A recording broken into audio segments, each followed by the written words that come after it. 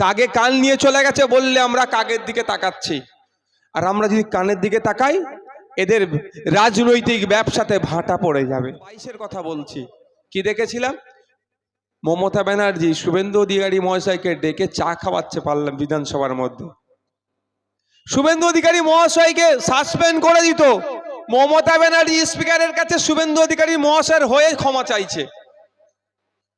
আর আমি কি ভাবছি, তৃণমূলই পারবে বিজেপিকে আটকাতে। আমি নাম ধরে বলছি, বিজেপির এজেন্ট পশ্চিম বাংলায় মমতা ব্যানার্জি। আমি নাম ধরে বলছি, বিজেপির এজেন্ট পশ্চিম বাংলায় মমতা ব্যানার্জি। যদি আমি ভুল বলে থাকি আমার বিরুদ্ধে আইনত ব্যবস্থা নিতে বলবেন আপনার এলাকার তৃণমূলের বন্ধুদেরকে। একজন বুথের হাত তুলে বলুন আপনাদের বুথে নতুন স্কুল হয়েছে।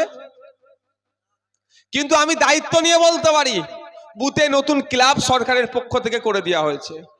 আমি দায়িত্ব নিয়ে বলতে পারি ওই ক্লাবের টিভির ব্যবস্থা করে দেওয়া হয়েছে। আমি দায়িত্ব নিয়ে বলতে পারি ক্লাবে ক্রামোটো দেওয়া হয়েছে। আমি দায়িত্ব নিয়ে বলতে পারি মাঝে মাঝে ফিস্টি হলে সরকার পক্ষ থেকে টাকাও দেয়, প্রয়োজনে মদ খাওয়ার টাকা চাইলে সেটাও দেবে এরা। কিন্তু ওই ক্লাবের যারা দায়িত্বশীলেরা আছে তাদেরকে সম্মান জানিয়ে বলছি, আপনি একবার ওই যে বন্ধু ফিস্টির জন্য টাকা দিচ্ছে তাকে বলুন তো আমাদের এখানে প্রাইমারি স্কুলে একটা টিচার নাই, নিয়োগ কবে হবে? আপনাকে আর সম্পর্ক রাখবে না। আপনি বলুন তাকে আমাদের প্রাইমারি স্কুলে যে বাচ্চাগুলো যায় টেবিল চেয়ার ঠিক নাই, দুটো টেবিল চেয়ারের ব্যবস্থা করে দিন তো, ও করবে না। আপনি বলুন যে চক ডাস্টার ঠিক মতো তাদেরকে সার্ভ করা হচ্ছে না, পাচ্ছে না, চক ডাস্টারের ব্যবস্থা করে দিন তো, আপনাদেরকে দেবে না। কিন্তু মদ খাওয়ার জন্য টাকা চান, টিভি কেনার জন্য টাকা চান, গ্রাম মোটের জন্য টাকা চান, ক্লাবকে পাকা করবেন তার জন্য টাকা চান, সব দিয়ে দেবে। শিক্ষা প্রতিষ্ঠানের মান উন্নয়ন হোক এটা বললে ওরা দেবে না। কারণটা কি? কাগে কান নিয়ে চলে গেছে বললে আমরা কাগের দিকে তাকাচ্ছি। আর আমরা যদি কানের দিকে তাকাই এদের রাজনৈতিক ব্যবসাতে ভাটা পড়ে যাবে। এরা আপনাকে আমাকে সিএ এর ভয় দেখিয়ে ভোটটা নিয়ে নিচ্ছে। আমার প্রশ্ন, সিএ এর হাত থেকে, সি মানে ক্যা জানেন তো, ওই ক্যায়ের হাত থেকে বাঁচার জন্য ভোটটা দিলেন আপনার এলাকার এমপিকে, বানালেন তৃণমূলের পক্ষ থেকে। তৃণমূল নাকি বাঁচাবে, ধরে নিচ্ছে আপনাদের কথা। তো যখন পার্লামেন্টে ভোটাভুটি হচ্ছিল সিএ এর বিপক্ষে আপনার এমপি ভোট দিয়েছিল কি দেননি আপনারা বলুন? তাহলে তাকে আমাদের পাঠিয়ে লাভটা কি হচ্ছে? আপনি বলছেন তৃণমূলকে দিয়ে বিজেপিকে আটকাবেন। আপনাদের হাওড়া জেলার কথা বলছি, আমার স্ক্রিনশট নিয়ে রাখা আছে। তৃণমূলের এক নেতা ক্ষোভ প্রকাশ করছে, যেভাবে তৃণমূলের নেতারা রামনবমীকে নিয়ে উদযাপন করলো সে আতঙ্কিত আছে। একটা সময় সে আমাদের বিরুদ্ধে গালাগালি লিখে পোস্ট করত, আর গত রাত্রে সে পোস্ট করছে। তাহলে তৃণমূলের নেতারাই এটাকে আরো বেশি প্রমোট করছে। আপনি তৃণমূলকে দিয়ে বিজেপিকে আটকাবেন ভাবছেন কি করে? যার জন্ম হচ্ছে বিজেপি থেকে, বিজেপির গর্মে তৃণমূলের জন্ম, সে তৃণমূলকে আটকাবে ভাবতে পারছেন কিভাবে? কোন অংশে ভাবছেন যে আটকাবে? বিধানসভার কথা বলছি। এই সেশনে শুভেন্দু অধিকারী মহাশয় সাসপেন্ড হয়েছে। এরা অনেক আগেই শুভেন্দু অধিকারী মহাশয় সাসপেন্ড হয়ে যেত, আর একাধিকবার সাসপেন্ড করলে হয়তো মানে দীর্ঘকাল সাসপেন্ড করে দিতে পারতো স্পিকার স্যার। গত সেশনের কথা বলছি, গত বছরের কথা বলছি, 27 নভেম্বর সম্ভবত হবে। গত বছরের কথা বলছি, 2023 নয় 2022-এর কথা বলছি। কি দেখেছিলাম? মমতা ব্যানার্জি শুভেন্দু অধিকারী মহাশয়কে ডেকে চা খাওয়াচ্ছে পারলাম বিধানসভার মধ্যে। শুভেন্দু অধিকারী মহাশয়কে সাসপেন্ড করে দিত, মমতা ব্যানার্জি স্পিকারের কাছে শুভেন্দু অধিকারী মহাশয়ের হয়ে ক্ষমা চাইছে। আর আমি কি ভাবছি, তৃণমূলই পারবে বিজেপিকে আটকাতে। তৃণমূল এই জায়গাটাকে চাষ করছে। এই জায়গায় যে দাঁড়িয়ে আছি, আমি কালকে যদি বলি এখানে ধান চাষ করব, সম্ভব কি?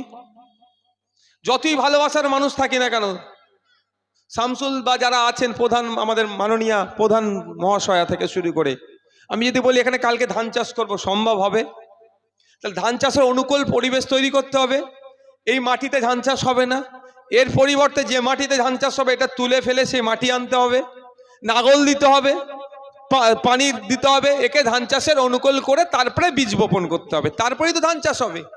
1998 সালের আগে পর্যন্ত বিজেপি দেখলো পশ্চিমবাংলা থেকে তাদের দাঁত ফুটাতে পারছে না, পশ্চিমবাংলায় সংগঠন দাঁড় করাতে পারছে না, পশ্চিমবাংলার মানুষ বিজেপিকে প্রত্যাখ্যান করছে।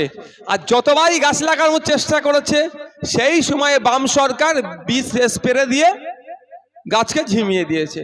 ও দেখছে এরকম ভাবে হবে না, ওদের একটা লাগবে কাকে? এজেন্ট। এজেন্টটা কে? যিনি আজকে রমজান মাসে মাথায় ঘুমটা দিয়ে চলে আসেন, যিনি সংহতি মিছিলের নামে নতুন করে বোকা বানাচ্ছেন, মমতা ব্যানার্জি। আমি নাম ধরে বলছি, বিজেপির এজেন্ট পশ্চিম বাংলায় মমতা ব্যানার্জি। যদি আমি ভুল বলে থাকি আমার বিরুদ্ধে আইনত ব্যবস্থা নিতে বলবেন আপনার এলাকার তৃণমূলের বন্ধুদেরকে, তৃণমূলের বন্ধুদেরকেও বলছি, যদি আমি ভুল বলে থাকি আমার বিরুদ্ধে আইনত ব্যবস্থা নিতে বলবেন। এটা মনে রাখবেন, আমি যদি একটা শব্দ কোনোদিন ভুল বলি সেটাতে ওইরা যদি আইনের ব্যবস্থা নিয়ে যেতে পারে তারা নেবে। আমি নাম ধরে বলছি, পশ্চিম বাংলায় বিজেপির এজেন্ট হয়ে কে কাজ করলো? মমতা ব্যানার্জি মহাশয়। এটা আপনাদের বলতে হবে না, এত লোক কেস খাওয়ার দরকার নেই, আমি একা কেস খাবো। কি করলো? 1998 সালে তৃণমূলকে ভেঙে তৃণমূল কংগ্রেস তৈরি করলো। বিজেপির অক্সিজেন নিয়ে তখন লালকৃষ্ণ আডবাণীজি, অটলজির সহযোগিতা নিয়ে পশ্চিম বাংলায় বিজেপির জন্য অনুকূল পরিবেশ তৈরি করতে লাগলো। আজকে জায়গায় দাঁড়িয়ে আছে। বিজেপিকে আটকাতে হবে, আটকাতে হবে, আটকাতে হবে করতে করতে আমরা কি দেখছি? বিজেপি আপনার দরজার সামনে চলে এসেছে, কালকে বাড়িতে ঢুকবে, এখনো বলছে আটকাতে হবে, এখনো বলছে আটকাতে হবে। দুটো তিনটে এমএলএ থেকে 77টা এমএলএ হয়ে গেল। আটকানোর দায়িত্ব শুধু আপনাদেরই। আর ক্রমশ বাড়ির মধ্যে ঢুকাচ্ছে, আপনার এলাকাতে ঢুকাচ্ছে, এখনো বলছে আটকাতে হবে। আমি আপনাদের বলবো, দেয়ালে পিঠ ঠেকেছে। কি দলিত, কি আদিবাসী, কি মুসলিম, সর্বশেষ নাগরিকের দেয়ালে পিঠ ঠেকেছে। স্বাস্থ্যের অধিকার কেড়ে নিচ্ছে, স্বাস্থ্যসাথী কার্ড হাতে ধরিয়ে দিয়ে রাজ্য দায়িত্ব মুক্ত হয়ে যাচ্ছে। আরে স্বাস্থ্যের অধিকার, আমি অসুস্থ হয়েছি, আমাকে স্বাস্থ্য পরিষেবা দিতে হবে, এটা আমার সাংবিধানিক রাইট, অধিকারের মধ্যে পড়ে। কিন্তু সুকৌশলে কি করছে? আপনার হাতে একটা কার্ড ধরিয়ে দিয়ে সরকার কি বলছে? ওই তো কার্ড দিয়ে দিয়েছি, চিকিৎসা হোক না হোক, মারা যাক, কোনো দায়িত্ব সরকার নিচ্ছে না। কিন্তু সাংবিধানিক অধিকার, সংবিধানের 12 থেকে 35 নম্বর ধারা খুলে দেখুন, আপনার স্বাস্থ্যের অধিকার সেখানে লিপিবদ্ধ আছে। এটা ফান্ডামেন্টাল রাইটসের মধ্যে পড়ে, মৌলিক অধিকারের মধ্যে পড়ছে। কি কার্ড ধরিয়ে ছেড়ে দিচ্ছে? আপনি কার্ড নিয়ে কোথায় যাচ্ছেন? হন্যে হয়ে ঘুরতে হচ্ছে। আমার কাছে একটা বক্তব্য, এই ব্লকে, এই অঞ্চলের কথা বলি, এই অঞ্চলে কম করে 20 থেকে 25,000 মানুষ আছে। এক একজন মাথা পিছু কত করে বলেছে স্বাস্থ্যসাথী কার্ডে? 5 লক্ষ টাকা। তাহলে কত কোটি টাকার স্বাস্থ্য পরিষেবা দিতে হচ্ছে সরকারকে? হিসাব করলে ব্রেন আউট হয়ে যাবে, আমরা অত লোডও নিতে পারবো না। আপনারা বলুন, আপনারা এই হসপিটাল, এই অঞ্চলের কথা বলছি, 100 কোটি টাকা খরচ করলে, 100 কোটি দূরের কথা, 10 কোটি টাকা খরচ করলে একটা উন্নত মানের স্বাস্থ্য কেন্দ্র গড়ে দেওয়া যায়। আর একটা উন্নত মানের স্বাস্থ্য কেন্দ্র একবার গড়লে ওর 100 বছর আয়ু থাকে, কম করে 100 বছর, রিপেয়ারিং করে করে আরো চলবে। সেটা করছে না কেন? আমি আপনাদের বলি, সেটা করলে মমতা ব্যানার্জির তার ভাইপোদের চুরি করাটা ঠিক করে যাবে না। এরা তো স্বাস্থ্যসাথী কার্ডের মাধ্যমেও চুরি করেছে।